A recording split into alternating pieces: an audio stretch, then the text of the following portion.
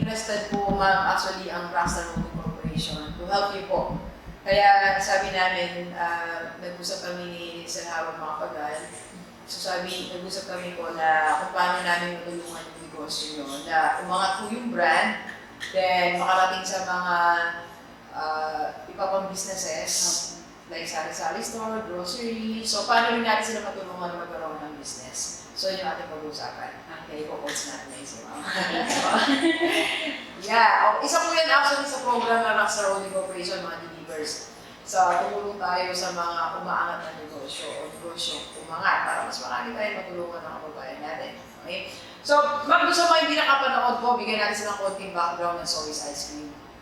Alright, so Positive Day Delivers. This is Dr. Gigi Sunga from Kikita's project. Magandang hapon sa lahat ng delivers natin. And sa first time po na panood sa aking YouTube channel, thank you very much. Please subscribe, click na po yan, Dr. Gigi Sunga. And sa lahat ng gusto magpa-coach kayo, or if you want to start, advertise, or improve your business, or if you want to join the lineup of investors ng Rockstar Holding Corporation, Rockstar Beauty, and Inspire. And you want to franchise sa Rockstar Lechon Manok, just PM me sa aking personal life, nandiyan lang po. Okay? Alright, so ngayon kasama natin uli ang owner ng sIcreCream, Ma'am Ana. Ay, Ma'am Ana, Yes po, ako naman po. Saan may camera ni Ma'am?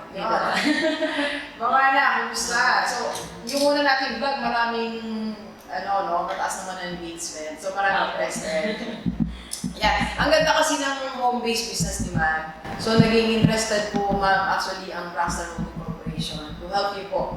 Kaya sabi namin, nag-usap kami ni Sir Howard mga pagal. So nag-usap kami po na kung paano namin matulungan yung negosyo nyo na umangat po yung brand, then makarating sa mga iba pang businesses like sari-sari store, grocery. So paano rin natin sila matulungan na magkaroon ng business? So yun yung ating pag-uusapan. Kaya i-quotes natin na isip. Yeah, isa po yan actually sa program ng Rockstar Holding Corporation, mga delivers. So tumulong tayo sa mga umaangat na negosyo o negosyo umangat para mas marami tayo matulungan ng kababayan natin. Okay? So, gusto mo yung pinakapanood po, bigyan natin silang konting background ng sIcreCream. Ayun po, pwede po yung sIcreCream ay isa pong home-based business na kagaya po nung nakikwento po last time dahil po naka-attend po kami mga ilan sa mga seminars po ni Dr. Gigi na sponsor po sa amin sa munisipyo and also po sa nakikinig din po ako ng mga nanonood vlog po ni Dr. Gigi. Na-inspire po ako na gumawa din po ng sarili naming business. Tapos ito nga po na-conceptualize namin na bakit hindi po gumawa ng ice cream pero yung pong medyo hindi siya gaano matamis at mas healthier version po siya. Yun.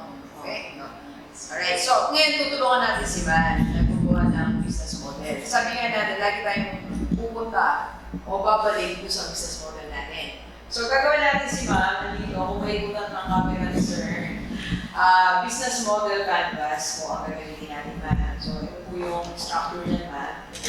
So, hindi naman natin ito pupunuin, ma'am. So, pupuno lang natin. Ang business model canvas po napili ko, para kasi mas detalye siya.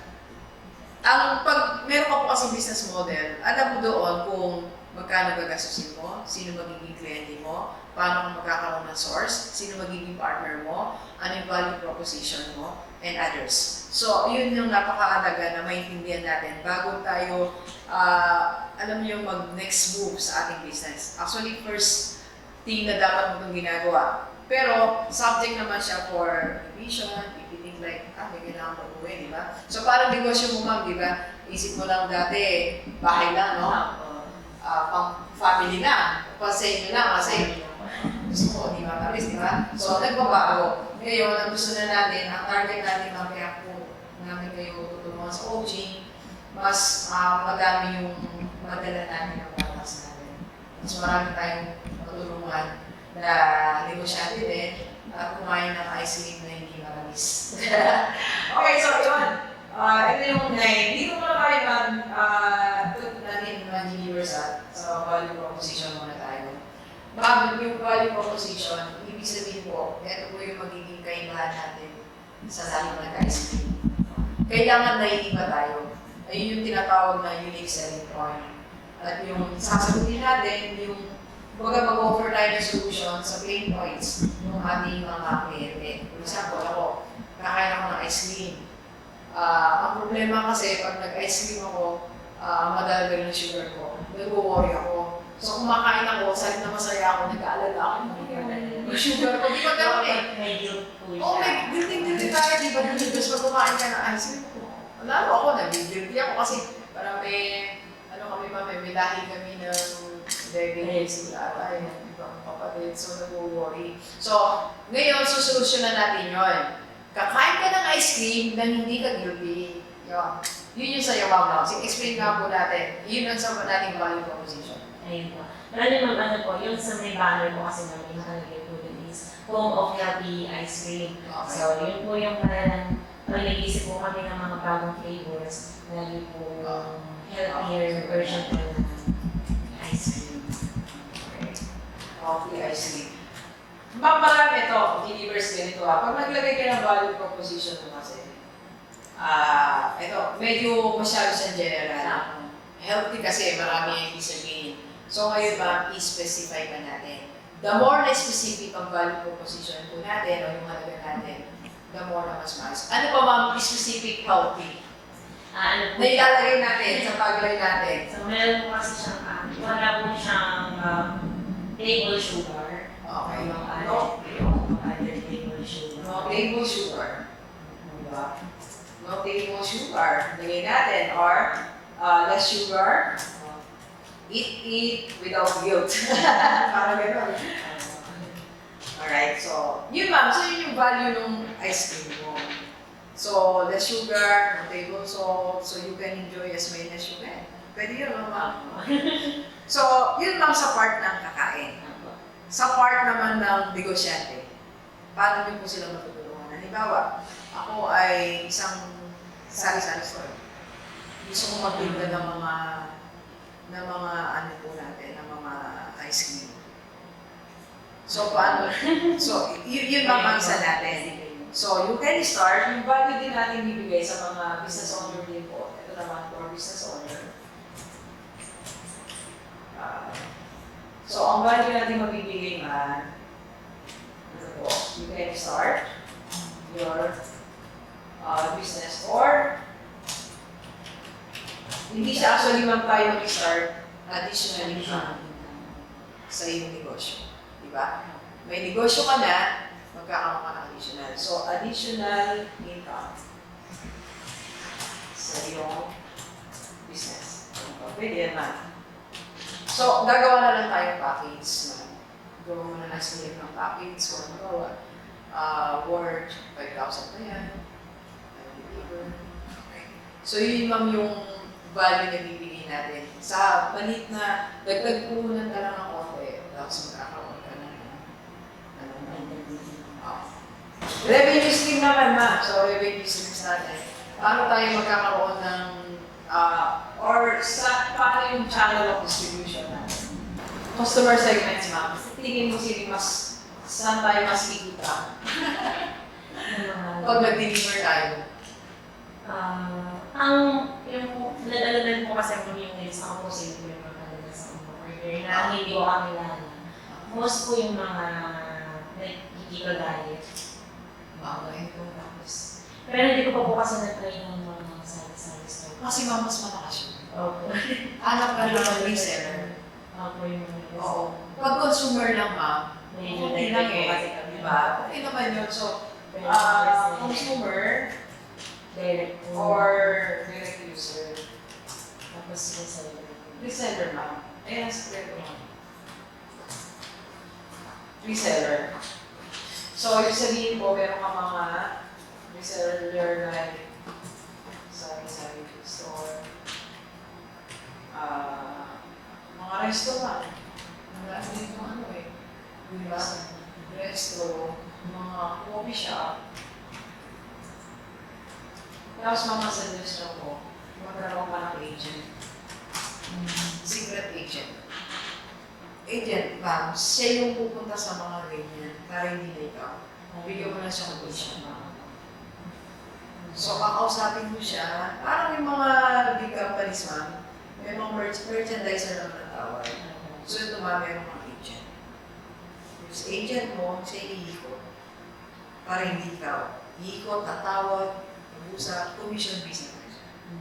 Halimbawa, for every profit. Ano niya ma'am ang role niya mula dun sa pagkuha, pag-order, hanggang sa pag-deliver. So, yun, bigyan mo siya ng 20% profit. Oo, 20%. Ang 80-20 kayo ma'am. O kung lahat na, pwede naman 70-30. Para masipalin siya. Diba? So siya nag-iikot, hindi kayo ikaw. Tapos may stay ka pa sa oras mo sa kanya. So, ganun muna. Home base ka pa rin ma, pero at least ma-identify natin sino ba yung magbibigyan natin. Kasi ma'am, pag nag-direct, kailangan halimbawa, ano, malima lang kami. Pag naubos, babalik naman talaga ako sa'yo, pero mabagal. Gusto natin mabilis ang pagyaman. So, okay tayo dun ma'am. This customer relationship ma'am.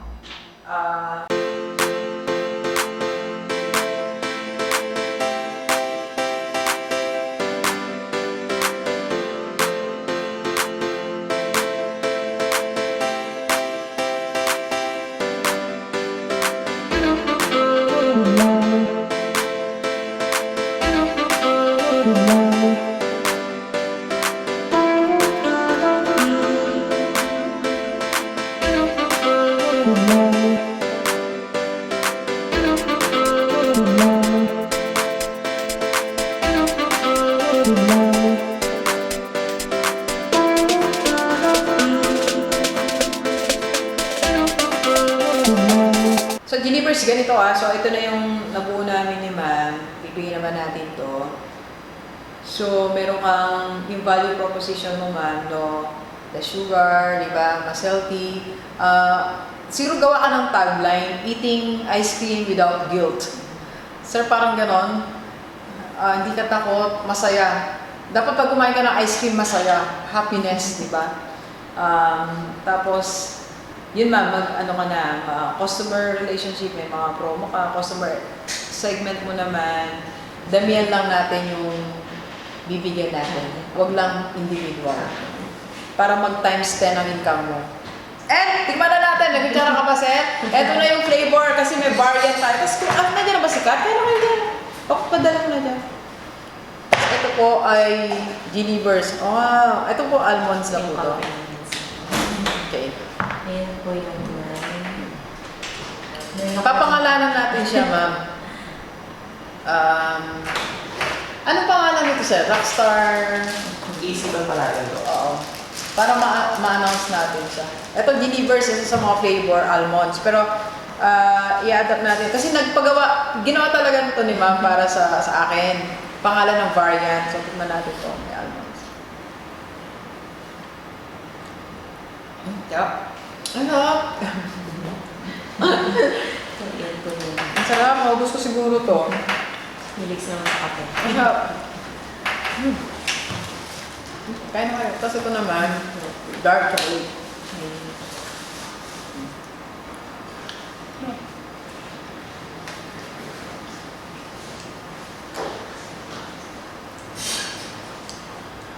Ang sarap. Ano naman po to?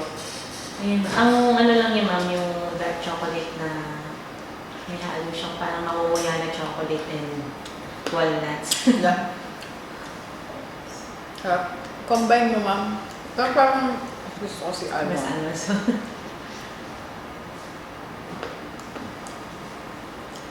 Alright, so maraming salamat, Ma'am Ana. So sana nakatulong tayo.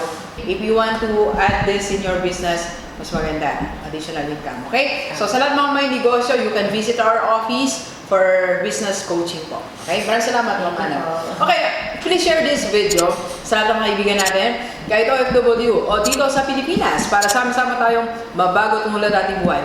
Thank you very much, Delivers. Enjoy the rest of the day. And ma'am, let's go, let's go. 1, 2, 3. Let's go, let's go!